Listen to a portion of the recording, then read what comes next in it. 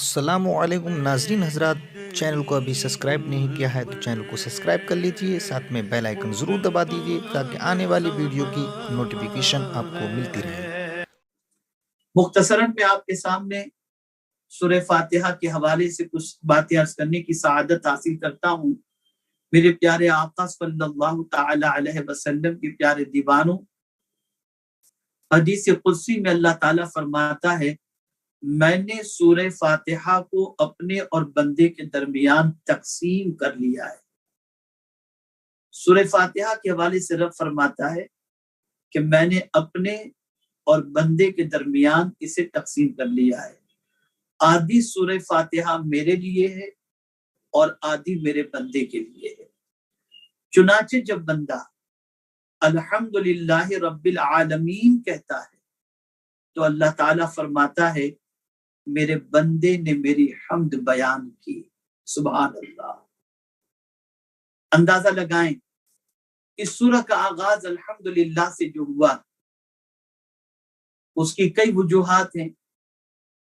حضرت آدم علیہ الصلوۃ والتسلیم کی زبان سے جو سب سے پہلے جملہ نکلا وہ الحمدللہ ہی ہے۔ آپ کو چھینک آئی جب روح پھونکی گئی، اور جیسے ہی چھینک آئی آپ نے الحمدللہ کہا۔ اللہ تعالیٰ کو آپ کا یہ جملہ اور آپ کی زبان اقدس سے نکلا ہوا یہ جملہ اتنا پسند آیا کہ اپنی کتاب میں سورہ فاتحہ کی ابتدا اسی جملے کے ذریعے فرمائی۔ میرے پیارے آقا صلی اللہ تعالی علیہ وسلم کے پیارے دیوانوں، جب کوئی بندہ کہتا ہے الحمدللہ رب العالمین تو رب قدیر جل جلالہ بہت خوش ہوتا ہے، بہت راضی ہوتا ہے، اور راضی ہو کر میرا مولا فرشتوں سے فرماتا ہے کہ میرا پروردگار فرماتا ہے میرے بندے نے میری حمد بیان کی۔ اور جب بندہ الرحمن الرحیم کہتا ہے تو اللہ تعالیٰ فرماتا ہے میرے بندے نے میری ثنا بیان کی۔ پروردگار جل جلالہ نے معاً اپنے اسم ذات کے بعد اپنی ان صفات کا ذکر فرمایا جو صفات اللہ عز و جل کو بہت پسند ہے، رحمان اور رحیم۔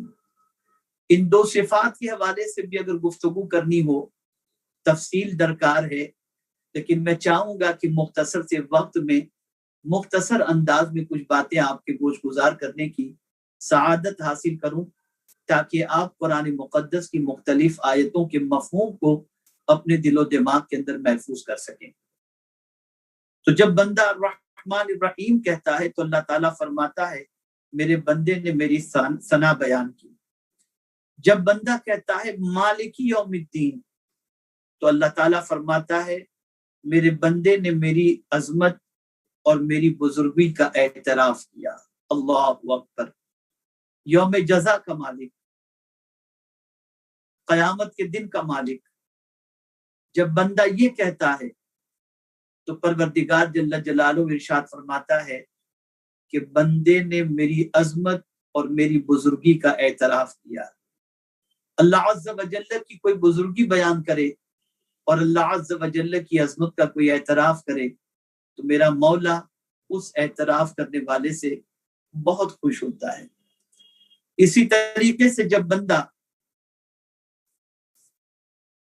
مالک یوم الدین کہتا ہے پروردگار جل جلالہ مزید ارشاد فرماتا ہے کہ میرے بندے نے خود کو میرے سپرد کیا اور وہ جانتا ہے کہ میں ہی یوم جزا کا مالک ہوں اور میں ہی انصاف کرنے والا ہوں، میرے علاوہ کوئی انصاف کرنے والا نہیں۔ میرے پیارے آقا صلی اللہ تعالی علیہ وسلم کے پیارے دیوانوں، گویا ایک بندہ اپنے سارے وجود کو، اپنے سارے اعمال کو رب قدیر جل جلالہ کے سپرد کر رہا ہے کہ میں نے میرے مولا تجھے اپنے آپ کو تیرے سپرد کر دیا، اب تو ہی بہترین فیصلہ فرمانے والا ہے۔ اب میدان قیامت کے حوالے سے، یوم جزا اور سزا کے حوالے سے تذکرہ کرنا ہو تو اس کے لیے بھی کافی وقت درکار ہے، لیکن یہاں ذہن میں یہ بات رکھنی ہے کہ مالکی یوم الدین جب بندہ اپنی زبان سے ادا کرتا ہے تو میرا مولا ارشاد فرماتا ہے کہ اس بندے نے میری بزرگی اور میری عظمت کا اعتراف کیا اور مجھے اپنے آپ کو میرے سپرد کیا۔ پھر جب بندہ کہتا ہے ایاک نعبد و ایاک نستعین، تو اللہ تعالیٰ فرماتا ہے اللہ اکبر، یہ میرے اور میرے بندے کے درمیان مشترک ہے۔ یہ آیے کریمہ اللہ اور بندے کے درمیان مشترک ہے، یعنی پروردگار کی بارگاہ میں بندہ عرض کرتا ہے ہم تیری ہی عبادت کریں اور تجھی سے مدد مانگیں۔ یہاں میرے پروردگار نے ارشاد فرمایا کہ پروردگار اور بندے کے درمیان مشترک ہے، یعنی بندہ رب کی عبادت اور رب سے مدد۔ اب یہاں آپ دیکھیں اللہ عز و جل نے اس سورہ مبارکہ کے ان 7 آیات کے اندر، ان آیات کے بعد ایاک نعبد و ایاک نستعین، اس کے بعد معن جو ہے پروردگار جل جلالہ نے ارشاد فرمایا اہدنا الصراط المستقیم، یعنی بندہ اب یہ کہنے کے بعد کہ ہم تیری ہی عبادت کریں، تجھی سے مدد مانگیں، اور پھر اس کے بعد معن اللہ کی بارگاہ میں عرض کرتا ہے اہدنا الصراط المستقیم۔ تو میرے پیارے آقا صلی اللہ علیہ وسلم کے پیارے دیوانوں، یہاں سے جب بندہ شروع کرتا ہے اہدنا الصراط المستقیم، تو گویا جو اس نے اللہ کی بارگاہ میں عرض کیا تھا ہم تیری ہی عبادت کریں اور تجھی سے مدد مانگیں، اور پھر اس کے بعد اہدنا الصراط المستقیم، گویا مدد ہم تجھ سے یہ مانگ رہے ہیں کہ اللہ ہم کو سیدھے راستے پر چلا۔ یاد رکھیں سیدھے راستے پر مولا کی چلائے سے بندہ چل سکتا ہے، وہی ہادی مطلق ہے، وہ اپنے بندوں کو سیدھے راستے کا پتہ دیتا ہے، وہی اپنے بندوں کو سیدھے راستے کا مسافر بناتا ہے، اس کے چلائے سے بندہ چل سکتا ہے۔ تو ہم اللہ کی بارگاہ میں عرض کرتے ہیں اہدنا الصراط المستقیم، ہم کو سیدھے راستے پر چلا، صراط الذین انعمت علیہم، ان کے راستے پر جن پر تیرا انعام نازل ہوا، غیر المغضوب علیہم ولا الضالین، ان کے راستے پر نہ چلا جن پر تیرا غضب اور جو گمراہ ہوئے۔ میرے پیارے آقا صلی اللہ تعالی علیہ وسلم کے پیارے دیوانوں، یہاں تک جب بندہ پڑھ لیتا ہے تو رب قدیر جل جلالہ ارشاد فرماتا ہے یہ میرے بندے، یعنی یہ میرے بندے کے لیے ہے، اور میرے بندے نے جو مانگا ہے میں نے اسے عطا کر دیا۔ اللہ اکبر، یعنی اگر کوئی اللہ عز و جل کی بارگاہ میں یہ مانگ رہا ہے تو پروردگار جل جلالہ اسے یہ چیزیں عطا فرماتا ہے۔ اور جب یہ سورہ مبارکہ مکمل ہوتی ہے تو فرشتے بھی اس سورہ مبارکہ پر آمین کہتے ہیں، اور بندوں کو بھی چاہیے کہ اس سورہ مبارکہ کے مکمل ہونے کے بعد آمین کہہ لیا کریں۔ میرے پیارے آقا صلی اللہ تعالی علیہ وسلم کے پیارے دیوانوں، یہ قرآن مقدس کا مقدمہ ہے، قرآن مقدس کا دیباچہ ہے، اور اس کی بے شمار فضیلتیں ہیں۔ یہ 2 مرتبہ نازل ہونے والی سورت ہے، اور میرے پیارے آقا صلی اللہ علیہ وسلم کے پیارے دیوانوں، بے شمار فضیلتیں، بے شمار برکتیں اس سورہ مبارکہ کی ہیں۔ اللہ اکبر، رسول گرامی وقار صلی اللہ تعالی علیہ وسلم اور حضرت جبریل امین علیہ الصلوۃ والتسلیم تشریف فرما تھے، اتنے میں آسمان سے ایک فرشتہ حاضر ہوا، اور پروردگار جل جلالہ کے فرشتے حضرت جبریل امین علیہ الصلوۃ والتسلیم نے جب آسمان کی طرف آواز سنی اور کسی کو آتے دیکھا تو رحمت عالم صلی اللہ علیہ وسلم کی بارگاہ میں انہوں نے عرض کیا یا رسول اللہ صلی اللہ علیہ وسلم، یہ فرشتہ پہلی بار حاضر ہو رہا ہے، اور آسمان کا یہ دروازہ جو اس کے لیے کھلا ہے، جہاں سے یہ آ رہا ہے، یہ دروازہ بھی پہلی بار کھلا ہے۔ جب وہ فرشتہ بارگاہ رسالت مآب صلی اللہ علیہ وسلم میں حاضر ہوا تو آقا کریم صلی اللہ علیہ وسلم سے عرض کرتا ہے اللہ رب العزت جل جلالہ نے آپ کو 2 نور عطا فرمائے، اور آپ سے پہلے کسی کو یہ 2 نور نہیں عطا کیے گئے۔ ایک نور سورہ فاتحہ ہے، اور دوسرا نور سورہ بقرہ کی آخری آیات ہے۔ میرے پیارے آقا صلی اللہ تعالی علیہ وسلم کے پیارے دیوانوں، سلسلہ چشتیہ ہو یا سلسلہ قادریہ ہو، ہر سلسلے کے اندر سورہ فاتحہ کے حوالے سے آپ کو ملے گا کہ اس کے پڑھنے اور اس کے اوراد و اس کے ورد اور اس کو اپنی زندگی میں شامل کرنے کی برکتیں کیا ہیں اور اس کے فوائد کیا ہیں۔ مختلف امراض کے لیے مختلف پریشانی کے لیے، مختلف آفات و بلیجات کے لیے یہ سورہ مبارکہ اکثیر کا درجہ رکھتی ہے۔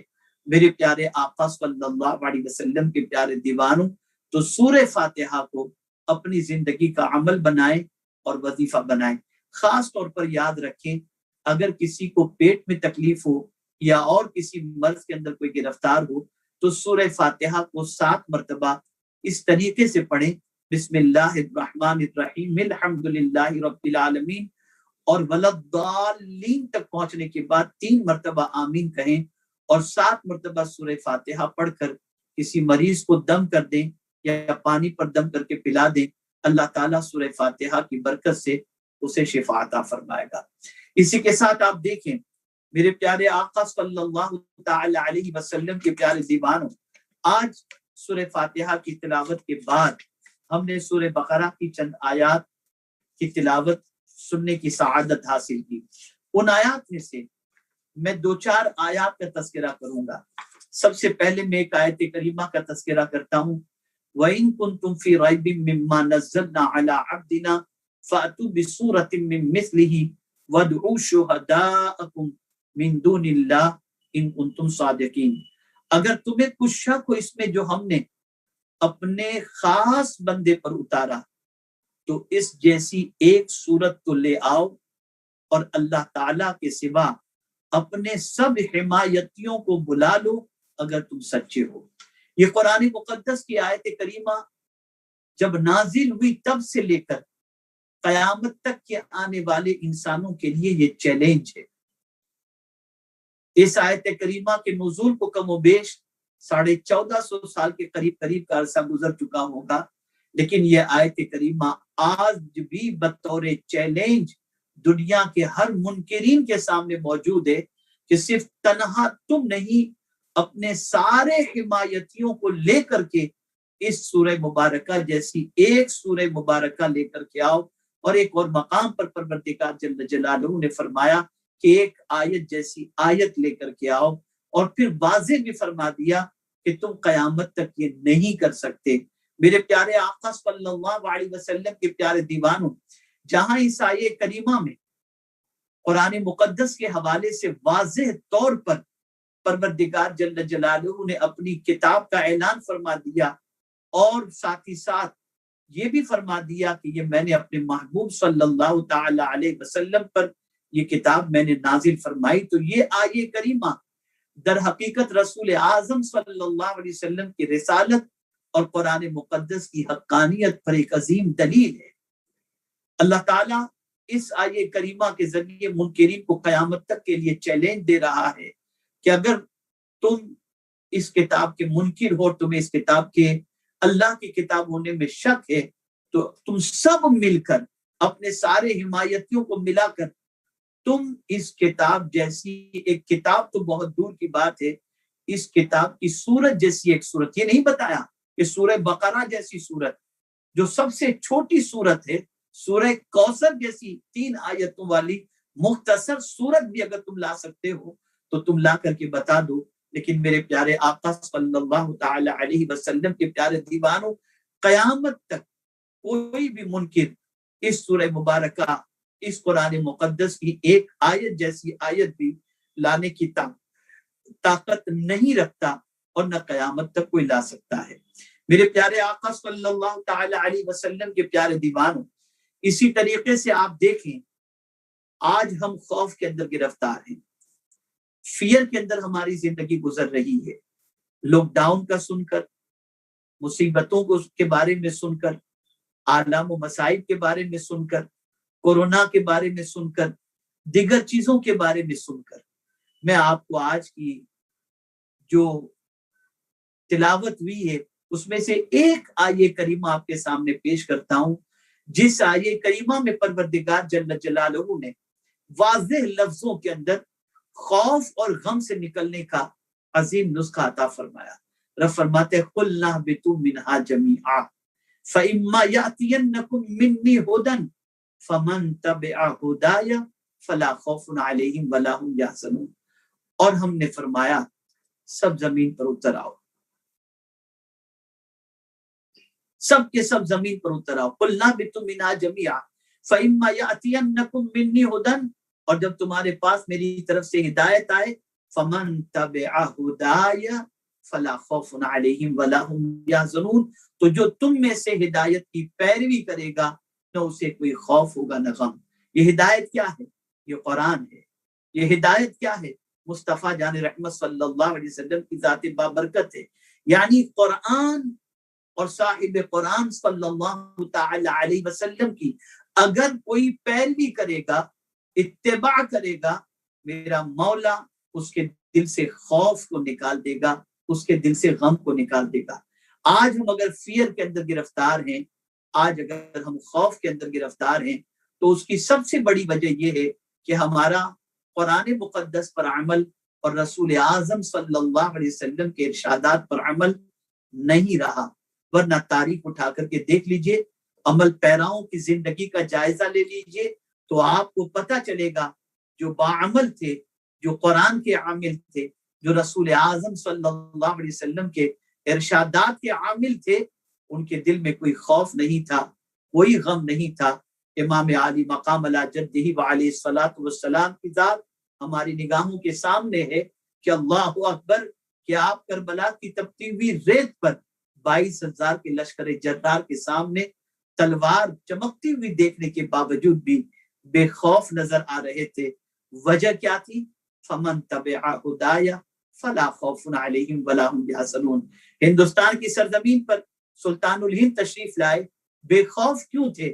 فمن تبع ہدایا فلا خوف علیہم ولا هم يحزنون. تو یہ آیے کریمہ ہمیں درس دے رہی ہے کہ اگر تم خوف اور غم کی وادیوں سے نکلنا چاہتے ہو تو تم یہ نہ سوچو کہ بہت اسلحہ ہوگا، بہت مال و زر ہوگا، بہت بڑی فوج ہوگی تو تمہیں خوف نہیں ہوگا. اللہ عز و جل نے ہمیں نسخہ عطا فرمایا کہ تم میری کتاب کی، میری ہدایت کی پیروی کرو. جب تم ہدایت کی پیروی کرو گے میں تمہارے دل سے خوف بھی نکال دوں گا اور تمہارے دل سے غم بھی نکال دوں گا. تو میرے پیارے آقا صلی اللہ علیہ وسلم کے پیارے دیوانوں، آج کی تلاوت کے اندر یہ آیت بھی بڑا عظیم درس ہمیں دے رہی ہے اور بڑا عظیم پیغام دے رہی ہے. اسی طریقے سے آپ دیکھیں ہماری زندگی کا معاملہ یہ ہے کہ وصیت کا معاملہ ہوتا ہے. ہم اپنی اولاد کو کیا وصیت کرتے ہیں؟ یہی وصیت تو کرتے ہیں. موت کا چہرہ جب نگاہوں کے سامنے ہوتا ہے تو ہماری اولاد کو وصیت کرتے ہیں، بیٹے بڑی محنت سے دکان بنائی، بڑی محنت سے مال کمایا، بڑی محنت سے فیکٹری لگائی، بیٹا ایسے برباد ہونے سے بچانا. یہ ہماری سوچ ہوتی ہے. بیٹا اپنی ماں کا خیال رکھنا، کاروبار کا خیال رکھنا، عزت کا خیال رکھنا، یہ ساری وصیتیں ہوتی ہیں. میں ان وصیتوں کے حوالے سے یہ نہیں کہتا کہ یہ ناجائز ہے، لیکن قرآن مقدس کی آج کی تلاوت کے اندر جو آیے کریمہ کی تلاوت ہوئی، اس میں آپ دیکھیں وصیت کا انداز دیکھیں. پوتوں کو، بیٹوں کو وصیت حضرت یعقوب علیہ السلام نے کیا کی، اس وصیت سے ہمیں پیغام ملتا ہے، نصیحت ملتی ہے. اذ حضر یعقوب الموت اذ قال لبنی ما تعبدون من بعدی قالوا نعبد الہک و الہ آبائک ابراہیم و اسماعیل و اسحاق الہ واحدا ونحن له مسلمون. حضرت یعقوب علیہ السلام کو جب اس دار فانی سے دار بقا کی طرف کچھ کرنے کا وقت آیا تو آپ نے اپنے بیٹوں کو، پوتوں کو، سب کو بلایا اور کیا سوال کیا؟ ما تعبدون من بعدی، میرے بعد تم کس کی عبادت کرو گے؟ ایک باپ کو اپنی اولاد کے سلسلے میں یہ اطمینان مرتے وقت ہو جانا چاہیے کہ بچہ باپ کے انتقال کے بعد بندگی کس کی کرے گا. تو حضرت یعقوب علیہ السلام کی اولاد نے باقاعدہ عرض کیا نعبد الہک و الہ آبائک ابراہیم و اسماعیل و اسحاق الہ واحدا ونحن له مسلمون. آپ کے رب کی عبادت، ابراہیم و اسحاق کے رب کی عبادت، اس ایک رب کی عبادت ہم کریں گے. وَنَحْنُ لَهُ مُسْلِمُونَ، اور ہم اس کے لیے مسلمان ہیں. اللہ اکبر. پتہ یہ چلا کہ بچوں نے بھی اطمینان دلا دیا کہ آپ کے انتقال کے بعد ہمارے قدم ڈگمگائیں گے نہیں، ہم بندگی کریں گے تو صرف معبود برحق کی کریں گے، خالق ارض و سما کی کریں گے،